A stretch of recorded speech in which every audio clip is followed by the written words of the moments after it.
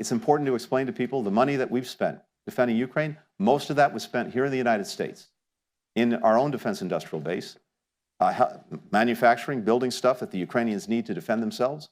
Good American jobs have been a result of that. We've put Ukraine on a path to NATO membership, and successive summits of the NATO alliance have been very clear about that.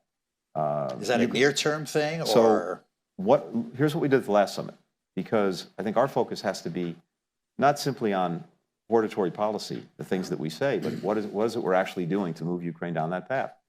We set up for the first time in NATO's history a dedicated command whose purpose is to help Ukraine along that path.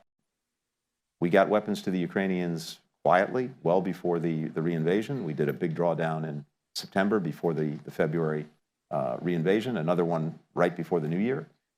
One of the results of that is that when the Russians did go in, the Ukrainians had in their hands what they needed to repel it, to repel the efforts to take Kyiv, to push the Russians back, push back about 50% of what they initially took in Ukraine. And then every step along the way, Mike, we tried to adapt and adjust to the changes in the battlefield and the changes in Ukrainian needs. There's no doubt this has not been a good year for Iran, and we're seeing that play out every single day.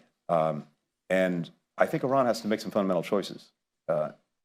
One choice it could make and should make is to focus on itself and focus on trying to build a better, more successful country that delivers for its people, which is clearly what most Iranians want, and to stop getting involved in these adventures or misadventures throughout the region and beyond. And we have clear security threats emanating from Iran, and we have clear values threats emanating from Iran.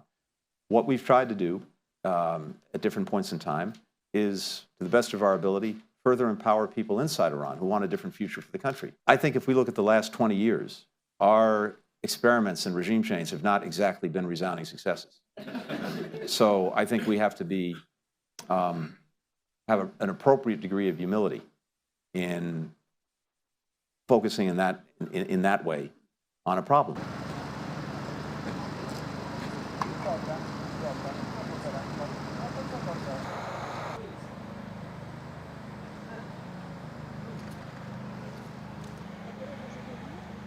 Poland is the first country in the world to reach initial operational capability with the Integrated Battle Command System, or IBCS. This state-of-the-art command and control system is the centerpiece of the U.S. Army's modernization strategy for air and missile defense. Let us not forget what is at stake. Freedom is at stake, not just for Ukraine, but for Poland and America. We must continue to help Ukraine defend itself. We must maintain NATO unity. We must deter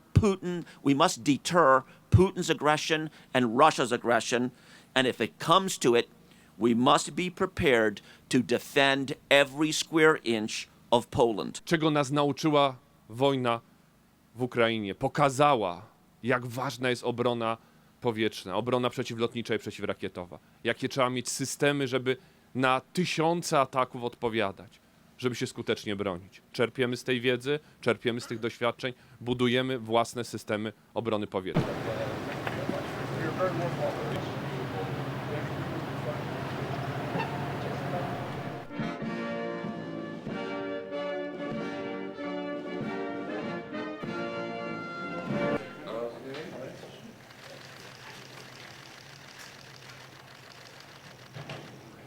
We are committed to supporting peace and stability and security for the Ukrainian people because we believe that that struggle is also necessary to maintain peace and security and stability for all of Europe. 姐妹们总烦恼脸上细纹干燥与暗沉，现在起跟我一起放心交给 KS Royal Face 皇家颜值逆时奇迹系列。KS Royal Face 皇家颜值逆时奇迹系列，它添加5种 EGF， 专门防止肌肤老化，强化皮肤修复，增加肌肤弹性水嫩，轻松抚平皱纹，换回青春自信。